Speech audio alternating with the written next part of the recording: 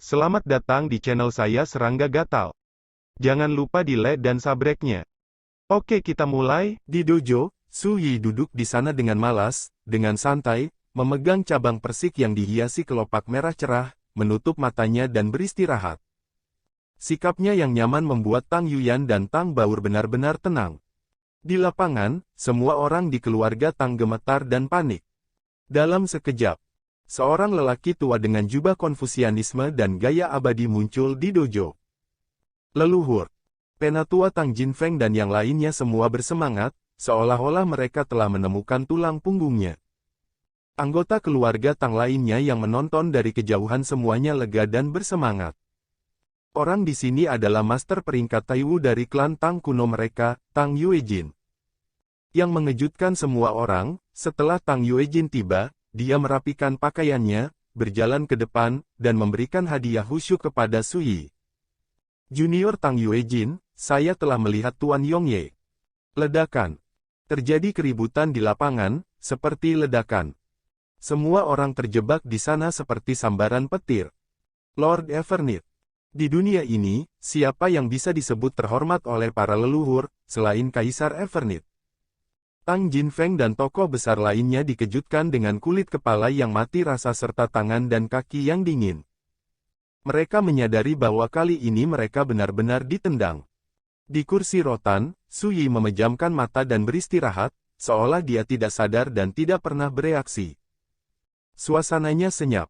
Tang Yuejin, yang mengaku sebagai junior, tetap membungkuk dan berdiri di sana tanpa bergerak. Dengan berjalannya waktu, melihat Su Yi tidak merespon sama sekali, tubuh Tang Yuejin membeku, dan ada sedikit keringat di dahinya. Pada saat ini, semua orang juga menyadari ada sesuatu yang salah, dan semua orang ketakutan, dan mereka tidak bisa menahan keringat untuk leluhur Tang Yuejin. Baru-baru ini, berita bahwa Su Yi adalah reinkarnasi Kaisar Yongye telah menyebar ke seluruh dunia, menyebabkan banyak gelombang. Sebagai anggota klan Tang, mereka secara alami telah mendengar tentang apa yang terjadi di reruntuhan Istana Naga beberapa bulan yang lalu. Dia memiliki kekuatan untuk membunuh Taiwu tingkat kekuatan sejak dini. Menurut rumor, dia bahkan bisa bertarung melawan karakter Ordo Taihe. Dalam keadaan seperti itu, siapa yang berani melakukan kesalahan? Siapa yang tidak khawatir dengan Tang Yuejin? Di kursi rotan, Su Yi sepertinya sudah tertidur, hanya berbaring dengan malas, tanpa ada tanda-tanda akan terbuka. Hal ini pun membuat suasana semakin suram dan murung, serta udara seakan membeku. Tang Yuejin tidak tahan lagi menahan tekanan diam ini, dia mengambil napas dalam-dalam, dan mengambil inisiatif untuk mengatakan, semua kesalahan disebabkan oleh junior, dan junior juga saya ingin membuat penebusan untuk ini, dan berharap Lord Yongye akan mengangkat tangan Anda dan memaafkan perilaku tidak sopan dari keluarga Tang saya. Suara itu bergema di langit dan bumi, membuat semua orang di keluarga Tang bergejolak untuk sementara waktu, yang sangat tidak nyaman. Tidak ada yang berani mengatakan apa-apa. Anda tidak melihat saya, bahkan para leluhur tidak berani membela diri dan menawarkan untuk bertanggung jawab atas semua kesalahan. Pada saat ini, Su Yi akhirnya bereaksi. Dia perlahan mengangkat kelopak matanya, menatap datar ke arah Tang Yuejin, yang masih berdiri di sana, dan berkata, ada apa dengan keluarga Tangmu? Ekspresi Tang Yuejin berubah untuk sementara waktu, dan dia berbisik, junior tidak berani menjelaskan ini. Kerumunan saling berpandangan. Apa yang terjadi dengan leluhurnya, dia bersikap begitu rendah hati sehingga dia tidak berani menjelaskannya. Ini luar biasa. Saya datang ke sini bukan untuk meminta dosa, jadi Anda tidak perlu takut seperti itu. Su Yi berkata dengan santai, bahkan jika klan Tangmu menyerah pada agama Taiking, aku tidak akan mengatakan apa-apa. Bagaimanapun, ini adalah pilihanmu sendiri. Tang Yuejin tercengang, dan dengan hati-hati menyelidiki, kalau begitu berani bertanya kepada Tuan Yongye, mengapa kamu ada di sini? Keluarga Tang Anda telah membantu saya, dan saya berjanji kepada Tang Lingqi bahwa jika keluarga Tang Anda menghadapi sesuatu yang sulit, saya tidak akan berdiam diri dan menonton. Su Yi berkata, awalnya, saya mengetahui bahwa keluarga Tang Anda dalam bahaya dan berencana untuk membantu, tetapi sekarang tampaknya tidak perlu untuk ini. Ketika kata-kata ini keluar, semua orang di keluarga Tang tercengang, dan ekspresi mereka menjadi rumit. Baru mereka tahu bahwa Su Yi datang untuk membantu keluarga Tang mereka. Tang Yuejin menghela nafas dan hendak mengatakan sesuatu. Su Yi mengatakan, tidak perlu dijelaskan, kekuatan apapun, menghadapi ancaman genosida, akan membuat upaya terakhir, saya mengerti. Ekspresi Tang Yuejin muram, mulutnya penuh dengan kepahitan, dan seluruh orangnya sepertinya sudah sangat tua. Su Yi berkata sekarang, saya hanya ingin tahu, di mana Tang Lingqi, Tang Jinhong, Tang Duyun. Tang Yuejin buru-buru menjelaskan, kecuali tidak adanya patriark, semua orang baik-baik saja, tidak lebih dari ditahan. Tang Baur mau tak mau berkata, ayahku tidak ada di sini. Kemana dia pergi? Ini. Tang Yuejin ragu-ragu. Pada saat ini, tawa tiba-tiba terdengar. Kenapa tidak berani mengatakannya? Apakah Anda menyesalinya? Disertai oleh suara, cahaya perak tiba-tiba muncul entah dari mana, berubah menjadi seorang pria bermantel bulu. Dia memakai mahkota zamrud, berlengan elegan, terlihat muda, dan penuh dengan kekuatan luar biasa. Tiba-tiba ada keributan di lapangan, dan semua orang berubah warna, memandang pria berjaket bulu penuh ketakutan dan ketakutan. Setelah pria bermantel bulu itu muncul, dia langsung mengabaikan orang-orang yang hadir dan memandang Su Yi yang duduk di kursi rotan untuk pertama kalinya. Dia tersenyum dan berkata dia tidak berani mengatakan, biarkan aku memberitahumu, Tang Duyun telah dibawa kembali ke Sekte Taiking, ketika pertemuan besar untuk membangun kembali pusat pengadilan abadi dimulai pada saat itu, Tang Duyun juga akan berpartisipasi di dalamnya, tetapi pada saat itu dia akan dieksekusi sebagai orang berdosa, membunuh ayam dan monyet, dan memberi contoh. Tiba-tiba, Tang Baur disambar petir, wajahnya yang cantik menjadi pucat, dan tubuhnya yang halus bergetar. Ayah dia akan dihukum mati. Di samping, Tang Yuyan dengan cepat menghibur Tang Baur, jangan khawatir, itu belum terjadi. Pada saat ini, Tang Yuejin berkata dengan tidak percaya, utusan Tuhan, Anda secara pribadi telah berjanji bahwa Anda tidak akan menyakiti orang-orang kami, jadi apa ini? Ada apa, urusan? Keluarga Tang yang lain juga melihat pria bermantel bulu, dan ekspresi mereka penuh amarah. Ya, bahkan mereka tahu saat ini bahwa patriark yang diundang oleh Sekte Taiking telah dijatuhi hukuman mati. Pria bermantel bulu mendengus dingin Tang Duyun itu keras kepala dan menolak untuk menyerah kepada kami lagi dan lagi, seperti hal seperti ini, jika kamu tidak melakukannya. Jika kamu membunuhnya, apa gunanya menyimpannya? Mungkin. Apa yang ingin dikatakan oleh Tang Yue King Kong disela dengan tidak sabar oleh pria bermantel bulu, karena keluarga Tangmu telah memilih untuk menyerah, kamu harus mematuhi perintah. Kecuali kau berencana untuk kembali dan menyesal, tapi jika kau melakukan ini, keluarga Tangmu akan hancur. Suaranya seperti guntur, menggema di antara penonton. Semua orang di keluarga Tang kedinginan, dan ekspresi mereka penuh kesedihan dan kemarahan. Tapi tidak ada yang berani mengatakan apa-apa. Tang Yuejin tiba-tiba menghela nafas dan kehilangan jiwanya, jika kamu tidak menyerah, kamu akan mati. Kamu menyerah, tetapi kamu masih berakhir seperti ini. Apa yang dilakukan keluarga Tang saya, menyebabkan bencana seperti itu.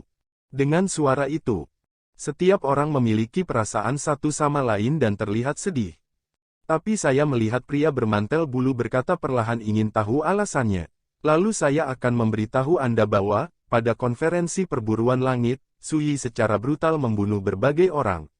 Ada banyak raja abadi dari kekuatan besar, dan dikatakan bahwa Su Yi diundang dan dilindungi oleh keluarga Tangmu ketika dia berpartisipasi dalam konferensi Tianshu. Berbicara, matanya penuh ironi, kamu bilang, jika kami tidak membersihkan keluarga Tangmu, bukankah kami akan mengatakannya begitu saja? Semua orang kaget, jadi akar masalahnya ada di sini. Pria bermantel bulu itu tersenyum dan berkata, sederhananya, dosa-dosa keluarga Tangmu semua disebabkan oleh Su Yi ini. Dia adalah bencana bintang, selama siapapun yang terkait dengannya tidak bisa lepas dari akhir pembersihan. Semua orang tampak murung. Su Yi menyesap dari kendi, ekspresinya tenang. Dia telah menonton dari pinggir lapangan, menyaksikan pria berjaket bulu itu beraksi, seperti melihat badut yang melompat di atas balok. Pria bermantel bulu tersenyum dan berkata, tentu saja, keluarga Tang Anda cukup cerdas, dan Anda memilih untuk menyerah untuk menghindari bahaya pemusnahan. Kentut. Tiba-tiba, Tang Yuyan memarahi dengan marah, kamu adalah pelakunya, tetapi tidak tahu malu untuk menyalahkan bencana ini pada kepala kaisar. Dia jelas-jelas di luar kendali, dan tampak sangat bersemangat. Saya tidak berani melawan kaisar secara langsung, jadi saya menggunakan cara rendahan semacam ini untuk menganiaya saya. Klan, itu masih rugi untukmu. Utusan apa, itu bahkan tidak sebagus babi dan anjing. Semua orang tidak bisa menahan keringat untuk Tang Yuyan. Itu dewa. Pria hebat yang melayani putra Allah.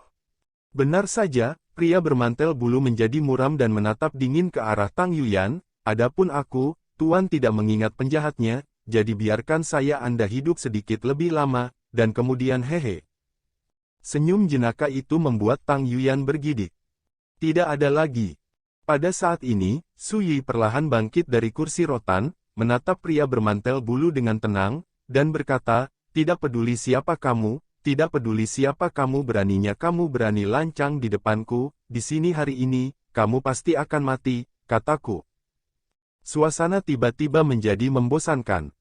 Suasana dingin yang menyesakkan tiba-tiba menyapu penonton. Pria bermantel bulu menyipitkan matanya dan tersenyum sinis. Aku sudah tahu segalanya tentang reruntuhan Istana Naga, jika tidak ada Dewi Sining untuk tolong, kamu sendirian Raja Abadi kecil, ada apa? Tembak. Su Yi menarik napas. Di cabang persik di tanganku, 7 bunga persik yang menyala tiba-tiba menari, berkilauan seperti hujan bunga, mengambang di kehampaan. Su Yi mengambil langkah dan muncul di depan pria bermantel bulu. Hahaha, aku waspada terhadapmu. Pria berbaju berbulu itu menengadah ke langit dan tertawa, dan tiba-tiba 6 jimat misterius muncul di hadapannya. Pada saat yang sama, sebuah tombak emas pendek muncul di masing-masing tangannya, dan dia menebas dengan marah ke arah Su Yi yang ada di depannya. Ledakan. Dengan satu pukulan, langit dan bumi berguncang dan kehampaan runtuh. Seluruh gunung abadi Jinlan bergetar hebat, retakan yang tak terhitung jumlahnya muncul di tanah dojo ini, dan lempengan batu hancur berkeping-keping. Formasi terlarang yang menyelimuti gunung runtuh dalam sekejap. Karena, ini adalah pukulan penuh dari karakter Ordo Taihe. Ini berisi kekuatan dewa. Bagaimana kekuatan seperti itu bisa dibandingkan? Mata Su Yi tenang dan pikirannya tenang. Pria bermantel bulu memiliki serangan dan pertahanan, dan ujungnya sangat tua dan panas. Hanya dari momentumnya, terlihat bahwa dia memang berjaga-jaga, sehingga mampu melakukan pukulan yang begitu dahsyat dalam sekejap. Yang sangat mengejutkan Su Yi. Pria bermantel bulu menggunakan kekuatan Ordo Taihe. Dalam kasus aksi di reruntuhan Istana Naga, menghadapi pukulan seperti itu, Su Yi mungkin saja dibunuh secara tiba-tiba. Sayangnya, sekarang kekuatan semacam ini telah lama diabaikan oleh Su Yi. Su Yi mengangkat cabang persik panjang di tangannya dan menikamnya seperti pedang. Ledakan. Tirai tipis yang menutupi bagian depan pria bermantel bulu itu seperti selembar kertas, dan sebuah lubang muncul. Selanjutnya, kekuatan pertahanan di depan pria bermantel bulu hancur dan meledak, dan kacamata di dadanya hancur. Cabang persik yang lembut bukanlah bahan ilahi yang khusus, itu akan hancur ketika disentuh, tetapi di tangan Su Yi, itu seperti pedang yang tak terkalahkan, menghancurkan yang mati dan menarik busuk mengenakan tirai tipis, melindungi cahaya tubuh, dan melindungi cermin hati, menusuk dada pria bermantel bulu. Sepasang tombak emas yang dia potong diblokir oleh kekuatan tak terlihat tepat di depan Su Yi, dan dia tidak bisa lagi maju. Pukulan mengerikan pria bermantel bulu, yang bersifat ofensif dan defensif, hancur dan hancur, bahkan dadanya ditembus. Sepotong darah keluar dari punggung pria bermantel bulu. Dia tanpa sadar menatap cabang persik di tangan Su Yi, wajahnya penuh keheranan, seolah dia tidak bisa membayangkan bahwa orang yang mengalahkannya akan jadilah seperti hal yang tidak mencolok ini. Kamu. Pria bermantel bulu hendak mengatakan sesuatu. Saat Su Yi memutar pergelangan tangannya, niat pedang yang mendominasi yang dilepaskan dari cabang persik mengamuk, dan seluruh tubuh pria bermantel bulu itu tiba-tiba terkoyak, dan dagingnya berserakan. Terdengar teriakan yang menggetarkan langit. Roh pria bermantel bulu lolos, tetapi ketika Sui menekannya dengan telapak tangannya, roh itu ditekan hidup-hidup di tanah, terpenjara sepenuhnya sana, tidak bisa bergerak. Sui mengangkat cabang persik dan meniup ringan, darah yang tersisa di cabang persik tiba-tiba melayang turun seperti kelopak merah berwarna-warni dan cerah. Penonton terdiam. Mata semua orang lurus dan kusam. Saya benar-benar kaget dengan adegan ini. Seorang utusan ilahi ditekan dalam sekejap. Siapa yang berani percaya? Yang paling menakutkan adalah Sui berhati ringan dari awal hingga akhir, meremehkan, dan yang dia gunakan untuk mengalahkan musuh hanyalah ranting persik saja. Sekarang, bandingkan kondisi tragis pria berjaket bulu, sungguh mengejutkan. Lebih dari siapapun. Pada saat ini, arwah pria bermantel bulu itu hampir runtuh, dan dia tidak bisa menerima semua ini. Sebelumnya, dia sangat arogan, tetapi dia tidak meremehkan Sui. Namun, saya tidak pernah membayangkan bahwa saya masih akan kalah begitu cepat meskipun saya sudah menggunakan Tai He Step Dao Xing dan 6 jimat rahasia misterius.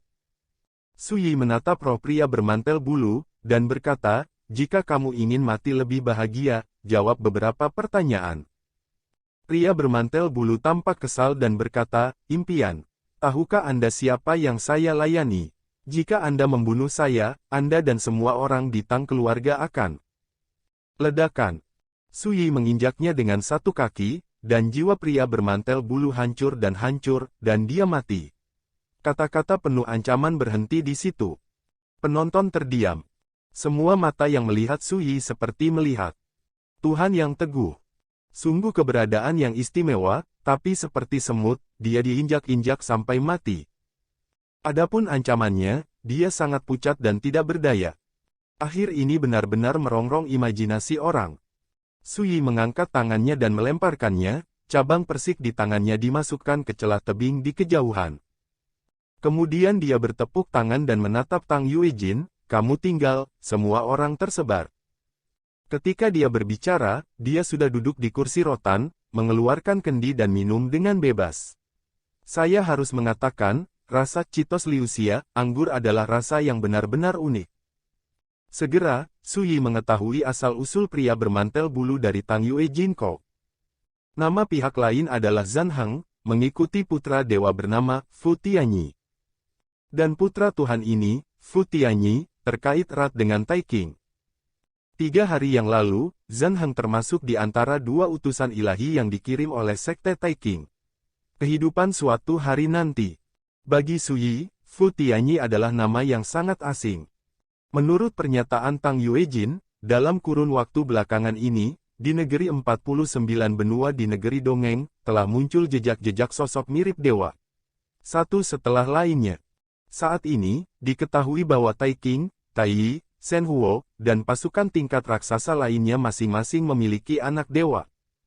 Meskipun ini mengejutkan Sui, itu tidak mengejutkan. Banyak kekuatan besar di Laut Cina Timur telah membawa putra dewa ke alam abadi, dan raksasa abadi seperti Sekte Tai King pasti sudah lama bersama para dewa. Beberapa dewa memukul batas. Sejujurnya, Tuan Dijun, beberapa tahun yang lalu, ada orang yang mengaku sebagai utusan Tuhan, yang datang ke keluarga Tang saya, berharap untuk bekerja sama dengan keluarga Tang saya, untuk mengundang anak ilahi untuk datang, tetapi kami menolaknya. Tang Yuejin berkata, bukannya keluarga Tang kami tidak mau, tetapi kami khawatir kami akan berperan sebagai harimau dan menjadi boneka yang dikendalikan oleh dewa.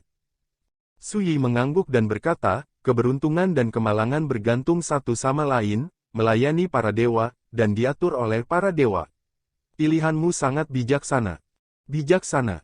Tang Yuejin menghela nafas dengan pahit, dunia abadi hari ini telah menjadi berbeda dari masa lalu, bahkan jika raksasa abadi seperti keluarga Tang saya ada di belakang. Tidak ada dewa yang berdiri, dan tidak ada bedanya dengan makanan Cina di mata orang lain. Di masa lalu, itu adalah kekuatan raksasa abadi yang sama, dan Sekte Tai King tidak berani dengan mudah menyentuh keluarga Tang mereka. Tapi sekarang, benar-benar berbeda. Intinya adalah tidak ada Tuhan di belakang keluarga Tang mereka. Tidak ada sosok setingkat dewa anak yang duduk di kota. Itulah akhir menyedihkan yang belum pernah kamu lihat, seseorang yang pada akhirnya melayani para dewa. Su Yi berkata dengan tenang. Apakah Anda pernah melihatnya, Tuan Dijun? Tang Yuyan tidak bisa tidak bertanya-tanya. Su Yi mengangguk, seperti para utusan ilahi yang telah melayani dewa kehancuran, tetapi pada akhirnya mereka dipenjarakan di Gunung Lingsu oleh dewa kehancuran, betapa menyedihkannya. Dia secara singkat menyebutkan masalah ini, dan untuk sementara waktu, Tang Jinyu, Tang Yuyan, dan lainnya terkejut. Kelinci yang licik mati, anjing yang berlari dimasak, di mata para dewa, menjadi karakter peringkat Taixuan tidak memiliki nilai, dan dapat ditinggalkan seperti sebuah sepatu. Jika kebenaran seperti itu menyebar, saya tidak tahu keributan macam apa yang akan ditimbulkannya. Sampai akhir percakapan, Su Yi melihat Tang Lingqi, Tang Jinhong dan lainnya yang dibebaskan dari tahanan, dan untuk beberapa saat, dia diliputi emosi. Saat berbicara pada dirinya sendiri, Tang Yuejin tiba-tiba jatuh berlutut dengan bunyi gedebuk dan memohon, Tuan Kaisar, 3 hari yang lalu, junior setuju untuk tunduk pada Taiking. Sekte, sungguh tidak berdaya dipaksa untuk tidak melakukan apa-apa selain menyelamatkan nyawa klan, tetapi sekarang, generasi muda sangat menyesal jika Anda dapat memberi klan saya pertobatan. Peluang, generasi muda harus segera mati, dan dia tidak akan menolak. Setelah mengatakan itu, bersujudlah ke tanah. Semua orang tersentuh dan terlihat rumit. Apakah nenek moyang melakukan kesalahan? Tidak. Karena jika mereka tidak melakukan ini sejak awal, kecuali Tang Yuyan dan Tang Baur, mereka semua pasti sudah menjadi tulang mati. Tapi jika dia tidak melakukan kesalahan, jelas tidak mungkin. Karena itu adalah keputusannya, Patriark Tang Duyun dibawa pergi, dan Tang Lingqi, Tang Jinhong, dan lainnya dianggap sebagai pendosa klan dan dipenjarakan. Su Yi terdiam sejenak, lalu berkata, kamu benar, begitu juga orang lain, yang salah adalah jalan dunia, puritanisme. Karena itu, kamu tidak perlu menyesalinya. Setelah jeda, dia berkata, selama Patriarkmu Tang Duyun tidak mengalami kecelakaan, aku akan menyelamatkannya. Terima kasih, Tuan Kaisar. Tang Yuejin berterima kasih. Tang Lingqi dan Tang Jinhong juga memberi hormat dan terima kasih kepada mereka. Su Yi melambaikan tangannya dan berkata peristiwa hari ini pasti akan memengaruhi keluarga Tang Anda, tetapi tidak perlu khawatir. Jika memungkinkan, saya harap Anda membantu saya menyebarkan pesan ke dunia luar. Tang Yuejin berkata dengan sungguh-sungguh, tolong tanyakan juga pada Tuan Kaisar. Su Yi mengetuk pelan sandaran tangan kursi rotan dengan jarinya dan berkata, ketika konferensi Sekte Taiking untuk membangun kembali pengadilan abadi pusat dimulai, aku akan pergi jalan-jalan sendiri. Begitu kata-kata itu keluar, penonton kaget. Pada hari itu, berita itu disebarkan oleh keluarga Tang kuno. Satu batu membangkitkan 1000 gelombang, dan dunia peri mengikuti, menyebabkan kegemparan. Su Yi, reinkarnasi Kaisar Yongye, akan menghadiri pertemuan. Ya Tuhan, apa bedanya dia dan datang ke pintu untuk mati? Saya tidak tahu berapa banyak orang yang terkejut dengan ini. Di dunia peri saat ini, siapa yang tidak tahu bahwa para raksasa Sekte Taiking dan Sekte Taiyi memandang Su Yi sebagai duri di mata mereka? Siapa yang tidak tahu, di balik kekuatan raksasa itu, ada sosok kuat setingkat anak dewa duduk di kota.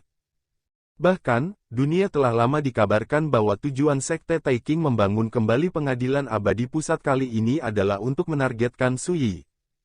Dalam keadaan seperti itu, Su Yi dengan tegas memilih untuk pergi ke pertemuan, yang tidak diragukan lagi terlalu gegabah dan gila di mata orang-orang. Situasinya mendesak, mau tak mau. Para tetua yang mengetahui beberapa perasaan tersembunyi hanya bisa menghela nafas. Membangun kembali pengadilan abadi pusat tanpa izin Kaisar Evernit sudah menjadi provokasi terbesar. Kedua, dikatakan bahwa pada konferensi semacam itu, Sekte Taiking juga akan membunuh sekelompok orang yang terkait dengan Kaisar Yongye dan membuat pengorbanan, yang membuat Yongye bisa kaisar menjadi acuh tak acuh.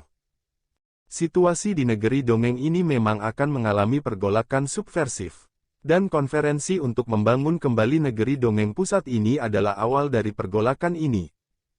Dunia memang semakin kacau. Sayangnya, Saya berharap Kaisar Yongye dapat membalikkan keadaan, menyapu Liu He, menyatukan 8 limbah, sepenuhnya menenangkan dunia abadi dan menguasai kekacauan, dan mereproduksi suasana makmur sebelum kejatuhan abadi. Dunia sedang ramai, dan semua orang membicarakannya. Tai Puritan. Kepala sekolah Zine juga mengetahui berita tersebut. Kamu Wang Ye lagi pula, kamu masih belum tenang. Zine tertawa. Semua ada dalam rencananya. Sekarang, tujuannya juga sudah mengemuka. Hal berikutnya yang harus dilakukan adalah menjatuhkan orang kepercayaan Wang Ye di konferensi untuk membangun kembali pengadilan abadi pusat. Sekian dulu dari Mimin. Terima kasih.